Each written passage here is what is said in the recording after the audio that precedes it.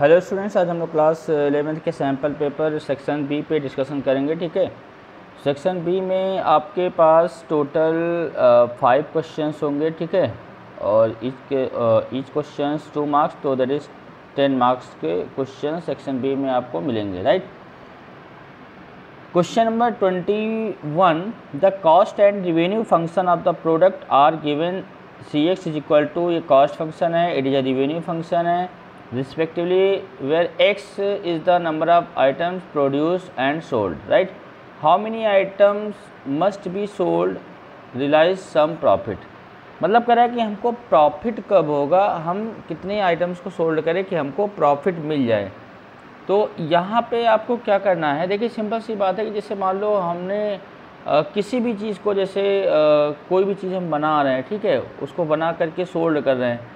तो हमने मान लो एक पर्टिकुलर पेन हमने बनाया, उस पेन की कॉस्ट जो है 10 रुपीज़ है और हमने उसको सोल्ड कर दिया 15 रुपीज़ का। तो एक्चुअल में हमको ये 15 रुपीज़ हमारा रिवेन्यू हो गया, ठीक है, और ये हमारा एक कॉस्ट हो गया। तो अब यहाँ पे जो प्रॉफिट मिलेगा वो क्या मिलेगा, 15 माइनस का 10 मिलेगा। Right, it means equal to 5।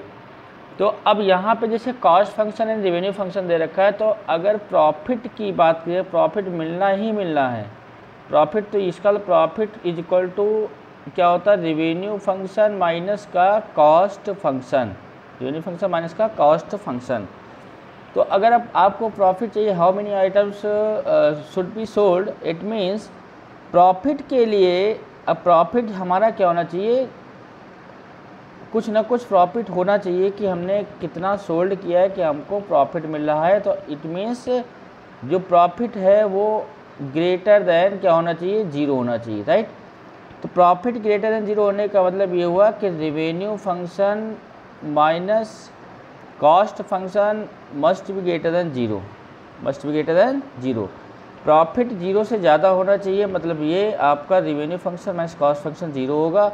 What is the revenue function, आपने कहा sir 20x plus 4000, sorry it is a cost function है, it is a cost function, इसको रब कर देता हूँ।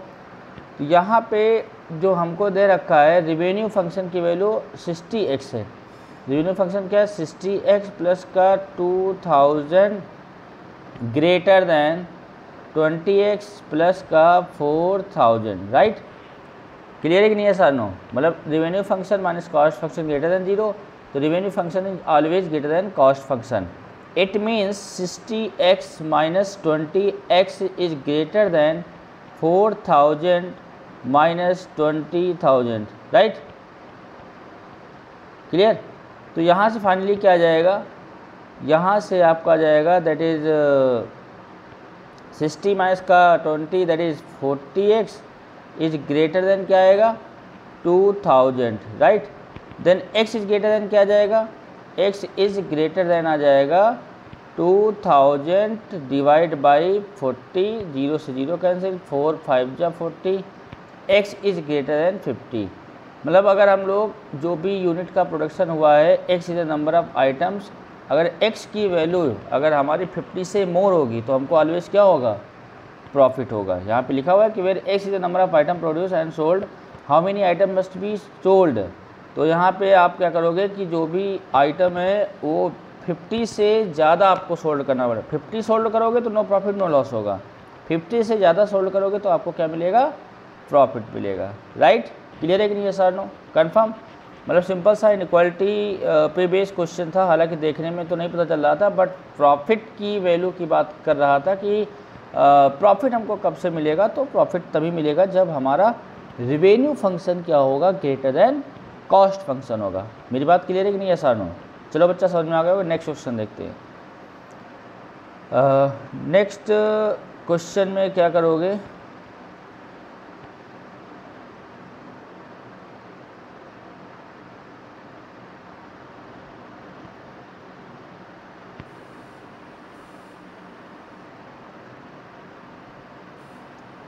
नेक्स्ट क्वेश्चन में क्या दे रखा है, find the modulus of the complex number. Right, तो मॉडुलस के लिए क्या करना है, जैसे ये z इज इक्वल टू हमारे पास कॉम्प्लेक्स नंबर माइनस 16 अपान में 1 प्लस का i रूट 3 है। राइट, इसका मॉडुलस फाइंड आउट करना है। तो सबसे पहले कॉम्प्लेक्स नंबर को a plus i b form में कन्वर्ट करोगे। a plus i b form में कन्वर्ट करने के लिए क्या करना है कि जो डिनोमिनेटर में 1 प्लस आई रूट 3 लिखा हुआ है, आप क्या करोगे, इसी के कॉन्जुगेट से मल्टीप्लाई एंड डिवाइड करोगे। ठीक है, थोड़ी सी कैलकुलेशन तो रहेगी, कैलकुलेशन से बिल्कुल नहीं घबराना है।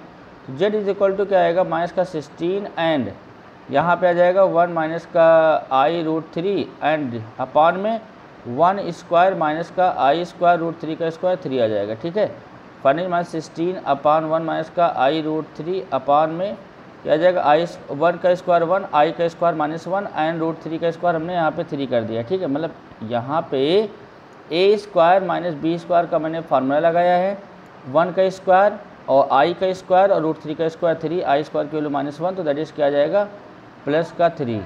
ओके, तो फाइनली आफ्टर सिंप्लीफिकेशन माइनस का 16, 1 माइनस का आई रूट 3 अपॉन में आ जाएगा 4, 4 4 जा 16, तो इट इज़ अ माइनस का 4, 1 माइनस का आई रूट 3, तो ये क्या आ जाएगा बेटा, z is equal to that is -4 1 जा 4 4 रूट 3 आई। ये हमारा कॉम्प्लेक्स नंबर आया है।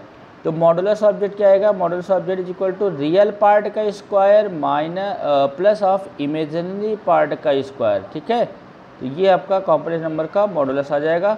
-4 का स्क्वायर 16 है एंड 4 4 जा 16, 4 रूट 3 का स्क्वायर 4 4 जा 16, 16 3 जा 48, तो इसको आप ऐड कर लोगे कितना जाएगा, 8 प्लस का 6 14 and 4 plus 1 5 64, that is equal to 8। Right, बोलो किसी भी कॉम्प्लेक्स नंबर का अगर आपको मॉडुलस निकालना भी है तो आप क्या करोगे, उस कॉम्प्लेक्स नंबर को कन्वर्ट करोगे a plus i b form, a plus i b form. Clear है कि नहीं बात, यस और no.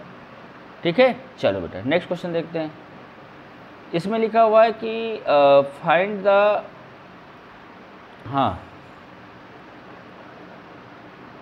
Which of the following, मतलब आपको 23 में जो क्वेश्चन दे रखा है आर के फॉर्म में भी है, draw the graph of mod f x equal to mod में 2x माइनस का 1।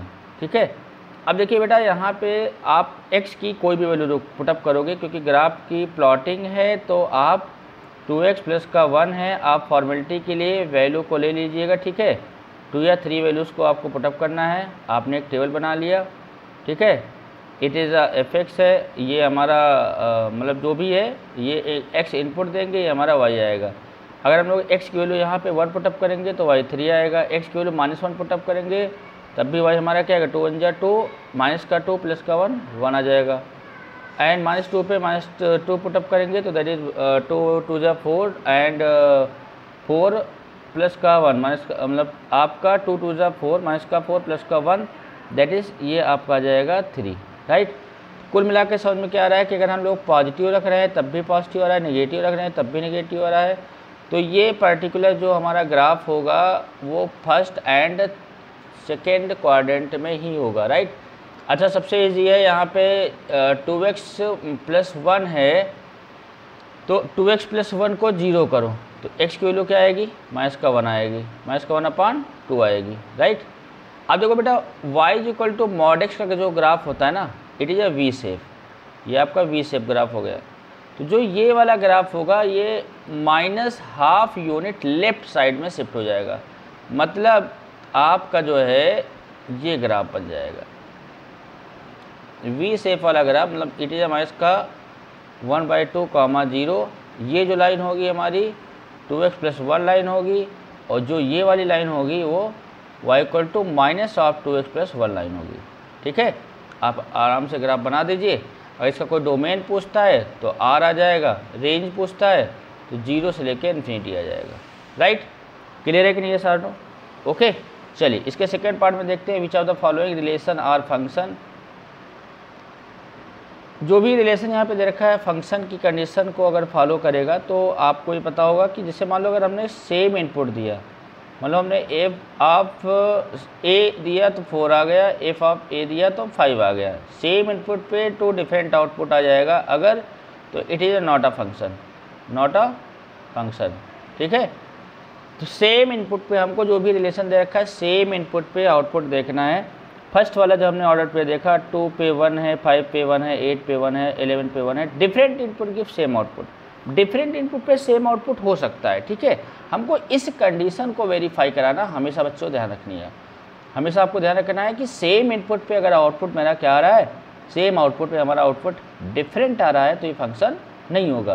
तो it is a function, reason क्या लिखोगे, ये फंक्शन होगा, रीजन क्या लिखोगे, different input give same output.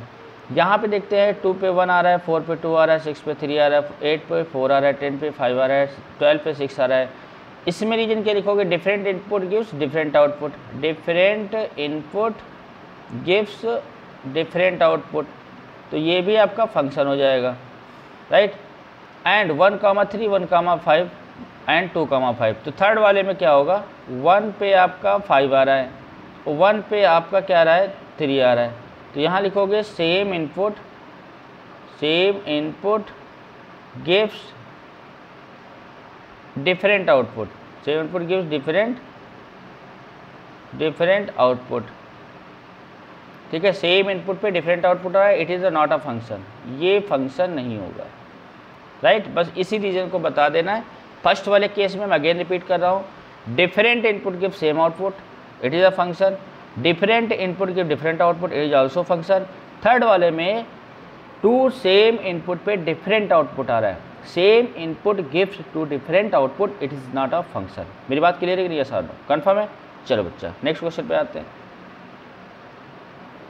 Using binomial theorem, both question binomial theorems के, ठीक है। Using binomial theorem prove that 7 की पावर 9 + 7 9 की power 7 is divisible by 64, right.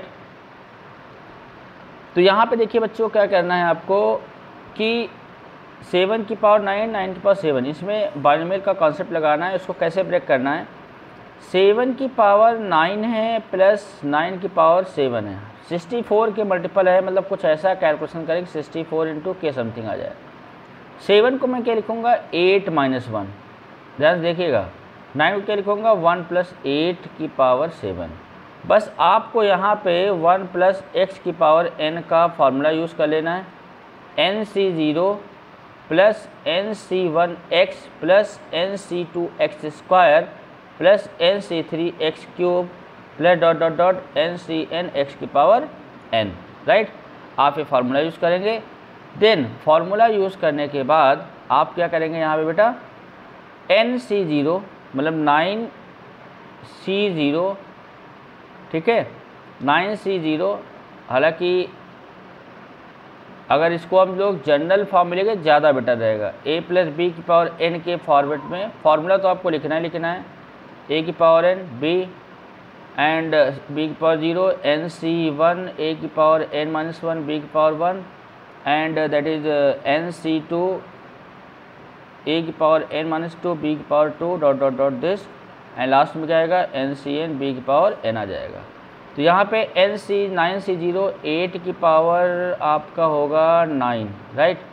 फिर प्लस ऑफ 9c1 8 की पावर 8 होगा, फिर ये माइनस का 1 आ जाएगा। फिर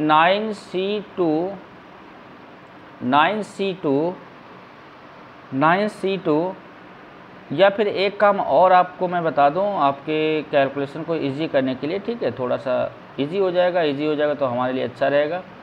हमने इसको ब्रेक तो सही किया है, ठीक है। आप इसी फॉर्मेट का यूज़ करिए, कोई दिक्कत नहीं है। आप ये वाला फार्मूला लगाइए, शौक से लगाइए।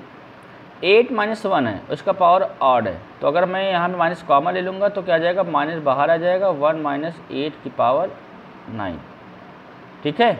अब ये आपके लिए इजी हो गया, मतलब इसको थोड़ा सा लिख लो, 1 + 8 की पावर 7 माइनस ऑफ 1 - 8 की पावर 9, ठीक है। क्लियर है कि नहीं है सर? नो भाई, ये 8 - 1 लिखा हुआ था, हमने माइनस कॉमन लिया तो 1 - 8 आ जाएगा, और पावर ऑड था तो माइनस बाहर आ गया। हमने इसको इस फॉर्मेट में लिख लिया, ठीक है। ऐसा कोई मुश्किल नहीं है, आप पहले जैसा करेंगे तब भी हो जाएगा, ऐसा करेंगे तब भी हो जाएगा। तो यहाँ बेटा 1 + 8 की पावर 7 है, तो 7c0 + 7c0 के बाद 7c1x आएगा, प्लस 7c2x² आ गया, 7c3x³ आएगा, प्लस ... 7c7 8 की पावर 7 आ गया। उम्मीद करता हूँ कि इस फार्मूले का यूज़ करना है और इसको एक्सपेंड कर देना है। प्लस अगर हम दूसरी की बात करें, प्लस ऑफ प्लस तो नहीं है यहाँ पे, यहाँ बिटवीन में क्या लगा हुआ है, माइनस लगा हुआ है। तो बच्चा यहाँ पे माइनस लगा हुआ तो क्या करोगे, यहाँ पे इसको ब्रैकेट में बंद किया, माइनस लगा दिया, दूसरे ब्रैकेट में क्या चलेगा 1 माइनस 8 की पावर 9, तो A9C0। अब देखो अगर माइनस है तो अल्टरनेट प्लस माइनस चलेगा, जहाँ पे ऑड पावर होगा x का पावर 1, x की पावर 3, x की पावर 5, वहाँ पे निगेटिव होगा। 9C1 8, 9C2 8 स्क्वायर, माइनस का 9C3 8 cube, plus dot dot dot ऐसे चलता रहेगा। और लास्ट में क्या लिखोगे 9C9 8 की पावर 9, बट ये माइनस का रहेगा 8 की पावर 9, राइट। इसी फार्मूले का यूज़ करके मैंने एक्सपेंड कर दिया, कोई मुश्किल काम नहीं। इस फार्मूले को अच्छे दिमाग में रखिएगा और इसी के बिहाफ पे इसको एक्सपेंड कर दीजिएगा। अब देखिए बात क्या है कि मल्टीपल ऑफ 64 चाहिए, तो 7C0 की वैल्यू क्या होती है, 7C0 की वैल्यू होती है दैट इज़ 1।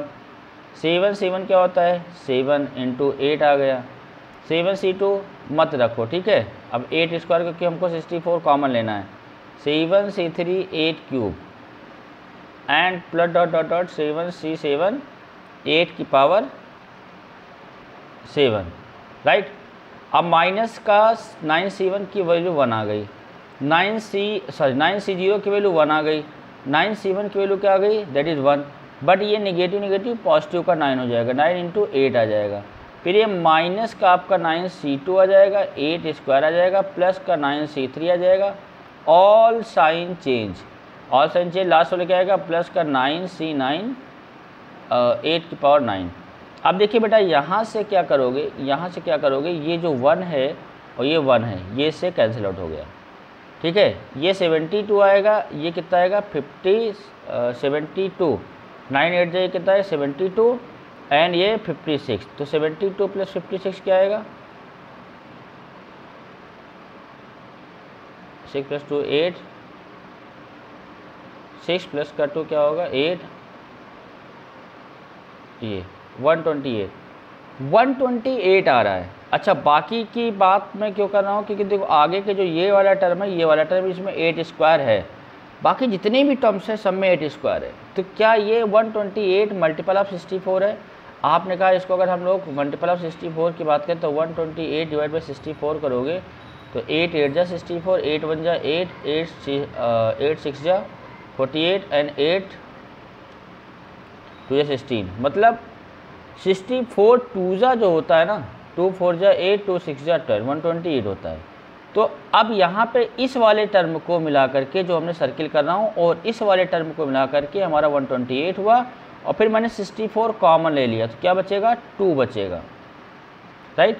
फिर क्या बचेगा बेटा 7C2, फिर 7C3 8 प्लस डॉट डॉट ऐसे चलेगा, फिर यहाँ पे 9C2 में आ जाएगा माइनस का 9C2 एंड प्लस का 9C3 8। अब क्या बच रहा है उससे ज़्यादा मतलब नहीं है, ठीक है। डॉट डॉट लास्ट में आ जाएगा 9C9 8 की पावर 2 कम हो जाएगा तो बचेगा 7।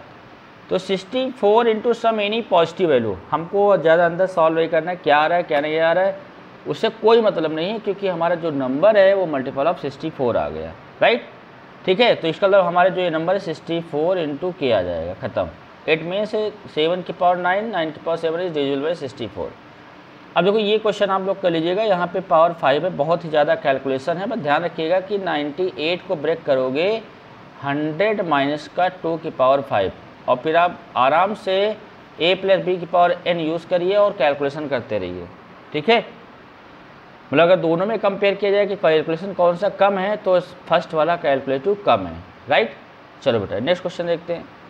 नेक्स्ट क्वेश्चन बहुत ही ईजी है, यहाँ पे लिखा हुआ है कि P intersection Q is equal to P intersection Q union P intersection R। इसका वेन डायग्राम बनाना तो इसको क्या लिखोगे P intersection Q union R, ठीक है, Q यूनियन R मतलब डिस्ट्रीब्यूटिव लॉ से लिखोगे, क्योंकि अगर ये चीज़ पता है तो आपको वेन डायग्राम बनाना बहुत ही इजी हो जाएगा। जैसे हमारा ये P है, ये हमारा Q है, it is a P, it is a Q, it is a R, ठीक है। अब यहाँ पे जैसे कह रहा है क्या कि क्यू यूनियन आर, तो क्यू यूनियन आर हमारा क्या हो जाएगा, देश हो जाएगा। क्यू आपका ये है, ये आर है, क्यू आपका ये है और आर आपका ये है, ये हो जाएगा। अब देखो कॉमन किसके साथ लेना है, पी के साथ लेना है। तो कॉमन अगर आपको पी के साथ लेना है तो कौन सा रीजन आएगा, देखिए मतलब पी, अब इस यूनियन तो समझ में आ गया कि क्यू यूनियन आर मतलब क्यू और आर को सेट कर देना है। अब उसके बाद फिर क्या बात आती है कि भाई पी की बात करो तो पी के साथ कॉमन, तो इतना पोर्शन जो पी वाला दिखाई दे रहा है, ये वाला पोर्शन, इसमें थोड़ा सा मैं कलर चेंज कर लेता हूँ,